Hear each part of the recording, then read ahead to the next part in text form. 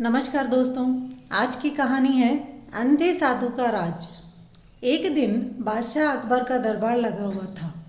सभी दरबारी बादशाह के साथ अलग अलग विषयों पर चर्चा कर रहे थे, परंतु बीरबल तबीयत खराब होने के कारण अपने घर चले गए थे। वे घर पहुंचकर चारपाई पर बैठे ही थे कि किसी ने दरवाज़ा खटखटाया। दरवाज़ा खोलने पर उन्होंने देखा कि महल का एक नौकर सामने खड़ा है। बीरबल के पूछने पर वह बोला, बीरबल जी, बादशाह अकबर ने आपको तुरंत महल में बुलवाया है। आपके किसी संबंधी से जुड़ा कोई महत्वपूर्ण मामला है? मेरे संबंधी? मेरे कौन संबंधियों को बादशाह अकबर की मदद लेनी पड़ रही है? बीरबल ने सोचा। नौकर की बात सुनते ही बीरबल तुरंत दरबार गए। उन्होंने देखा कि उनके रिश्ते का एक भाई, उसकी पत्नी और उसकी अनाथ भतीजी बादशाह से मदद मांगने आए। वह बच्ची बीरबल के दूर के रिश्ते के एक भाई की बेटी थी। बीरबल बोले, जहाँपना, क्या मामला है? सब ठीक तो है ना?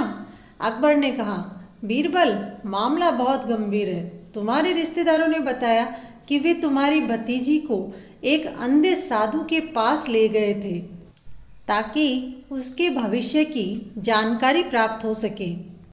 लेकिन जब तुम्हारी भतीजी ने उस साधु को देखा तो वह डर के मारे चिल्लाने लगी।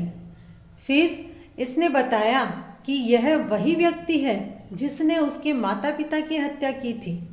अब उन्हें इस मामले में तुम्हारी मदद चाहिए।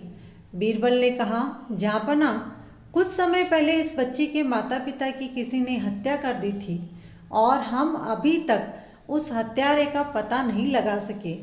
अगर वह हत्या उस साधु ने की है तो यह जानने के लिए पहले हमें उस साधु को दरबार में बुलाना चाहिए, तभी उस अंधे साधु का रहस्य खुल सकेगा। अगले दिन अंधे साधु को दरबार में बुलाया गया। उसे देखकर वह बच्ची चिल्लाने लगी, इसने मेरे माँ बाप को मारा है, इसी ने उनकी हत्या की है। इसे यहाँ से ले जाकर जेल में डाल दूँ। यह दुष्ट साधु है। वह साधु बोला, यह लड़की कौन है?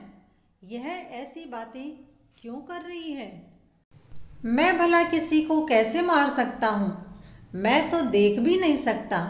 बीरबल को अंदाजा हो गया था कि वह साधु धोखेबाज है। उन्होंने सच्चाई जानने के लिए एक तरकीब सोच ली। इसके बाद बीरबल ने उस अंधे साधु को दरबार के बीच में लाकर के खड़ा कर दिया। फिर वे अचानक उसकी ओर एक नंगी तलवार लेकर ऐसे आए जैसे उसे मारने जा रहे हों। अंधा साधु भी अपनी तलवार निकालकर लड़ने के लिए तैयार हो गया। तभी उसे एहसास हुआ कि उसने बहुत बड़ी भूल कर दी है, क्योंकि अब सबको पता चल गया था कि वह अंधा साधु नहीं है बल्कि एक धोखेबाज है।